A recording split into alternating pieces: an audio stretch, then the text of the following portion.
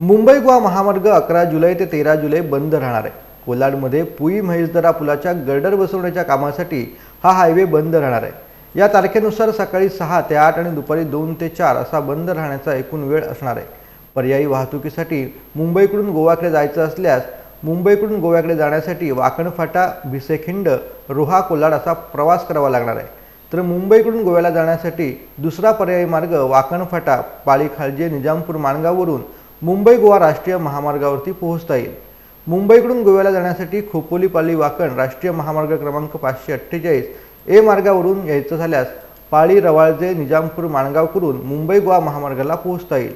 तर गोव्यावरून मुंबईकडे जाण्यासाठी गोवा ते मुंबई यायचं झाल्यास कोलाड, रोहा, भिसेखिंड, वाकण फाटा किंवा नागोठणेवरून मुंबई गोवा हायवेला येता येईल।